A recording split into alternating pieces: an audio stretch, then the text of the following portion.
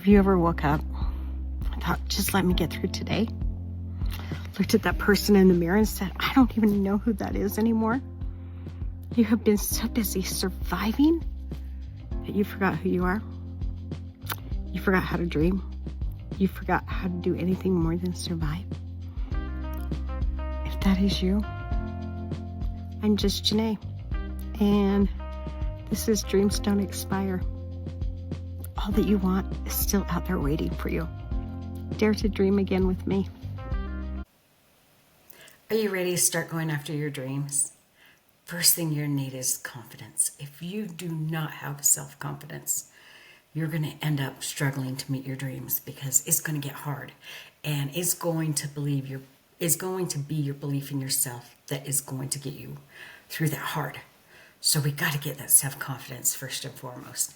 Samuel Johnson said, self-confidence is the first requisite to great undertakings. Now, I don't know who Samuel Johnson is. It's just a quote I've seen, but he's 100% right. Self-confidence is so tricky, though, because it's really easy to lose and really hard to gain. My journey for my self-confidence has been a journey. Like, it's been hard and wonderful, and I've had amazing moments, and I've had serious self-doubt in between it all. And so I want to talk about what I've learned. So before my confidence was even hardly anywhere, I was taking a course from Deb Erickson, and she is a coach for women entrepreneurs. And, you know, we were talking about fear and doing all this stuff, and it was an online course.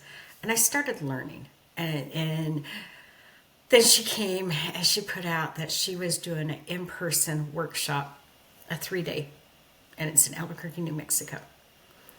And I knew I needed to go to this, but I had a couple issues. One, I'd never traveled by myself. Two, I had never done anything for me. And I was now going to have to spend hundreds of dollars to go to this, hundreds of dollars to fly, hundreds of dollars for the airport. I mean, not the airport, the hotel. I've never spent that kind of money on myself. I very seldom even had my hair professionally done.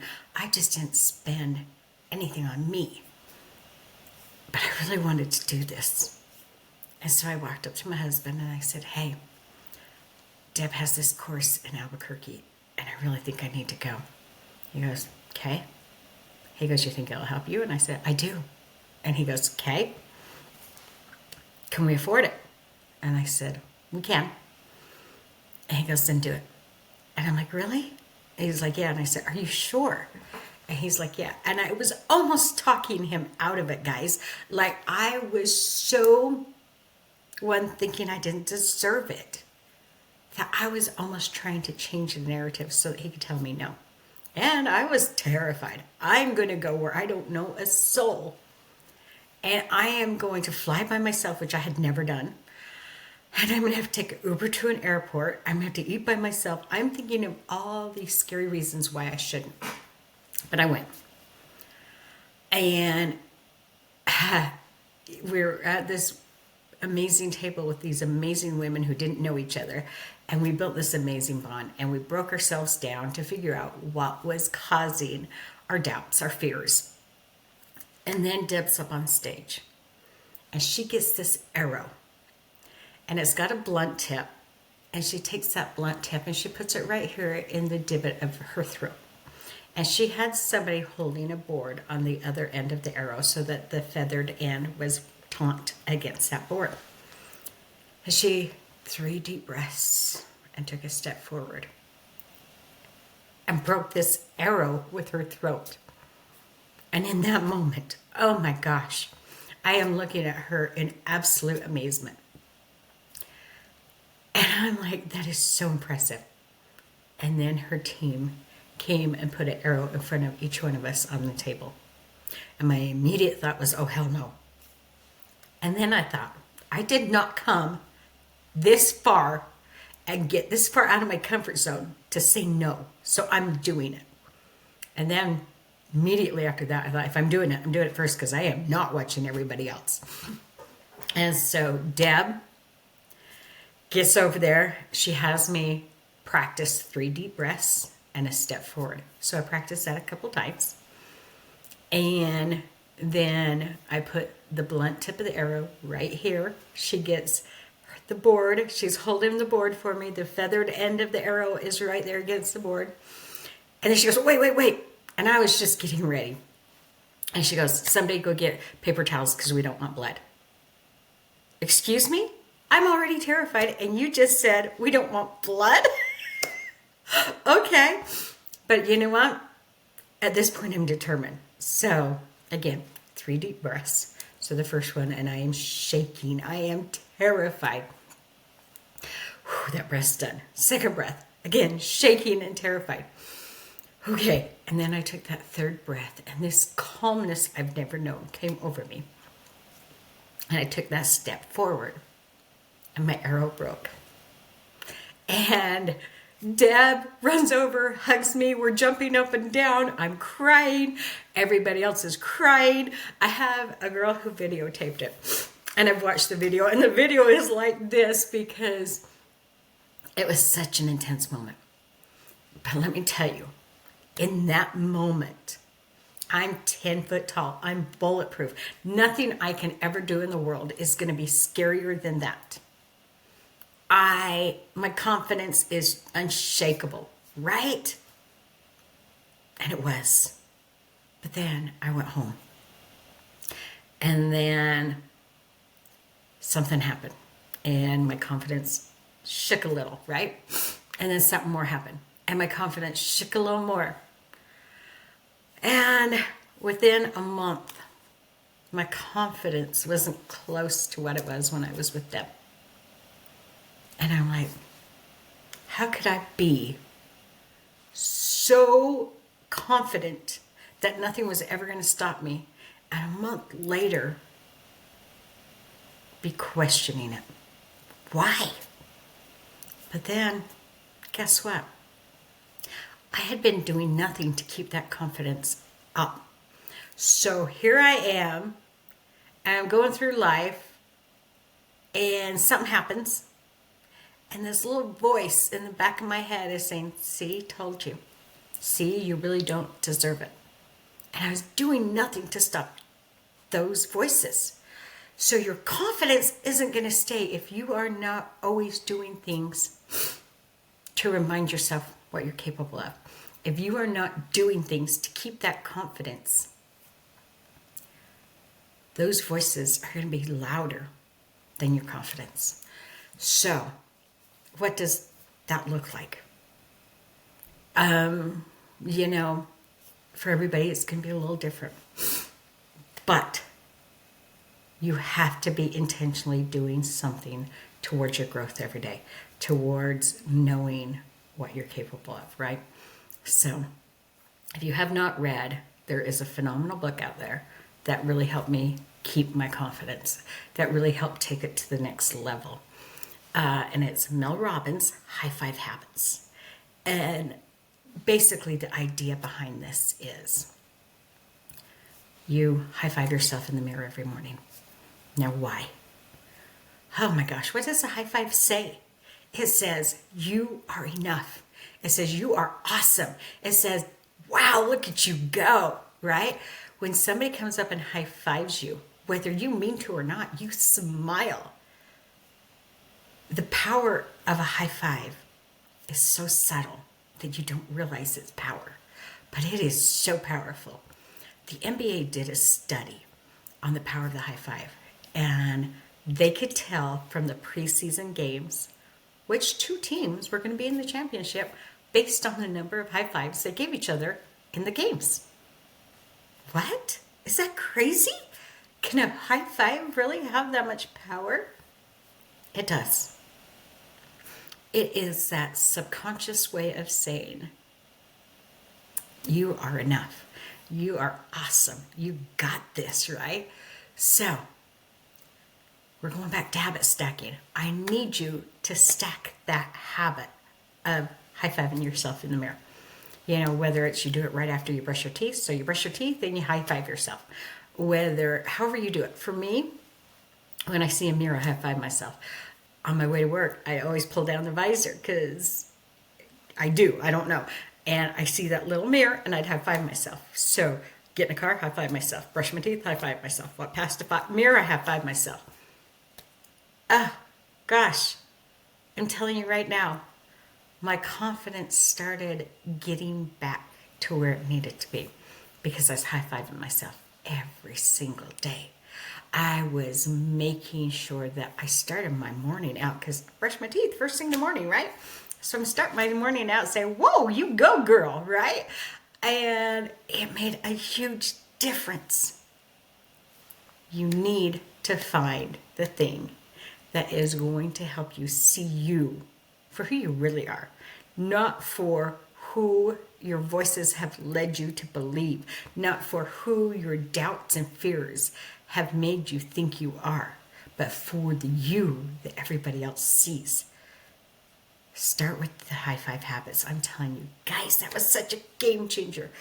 I would love for you to read her book, Mel Robbins' High Five Habits. But if you don't, at least start with the high five.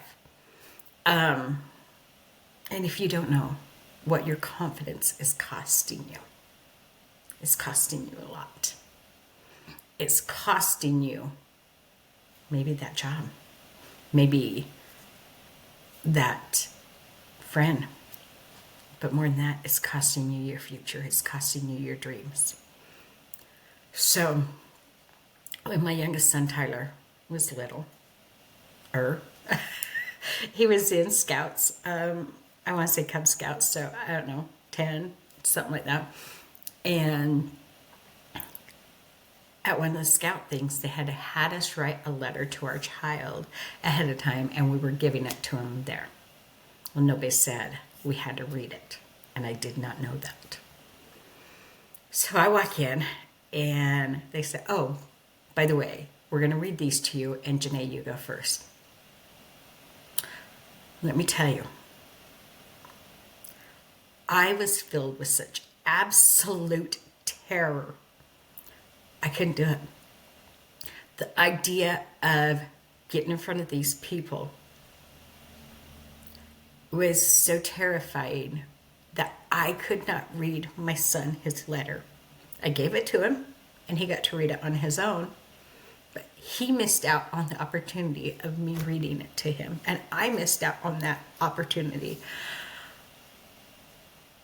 It was so bad that the next day, his best friend brought me a little angel figurine and told me it was okay. I was enough.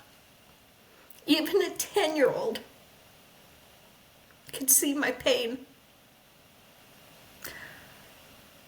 It isn't a regret that I alone have. I'm sure it's a regret my son has. Self-confidence caused me to not give my son that moment, to not give myself that moment. And I have lived in regret of this for so many years. My son is now in his 30s. So for over 20 years, this has been a regret. I can't go back and change. Our regrets don't just affect us. They affect our families. They affect our loved ones. They affect so many people around us. Your self-confidence or lack thereof costs you so much. And I never want you to have that regret pass to your loved ones like it was on me.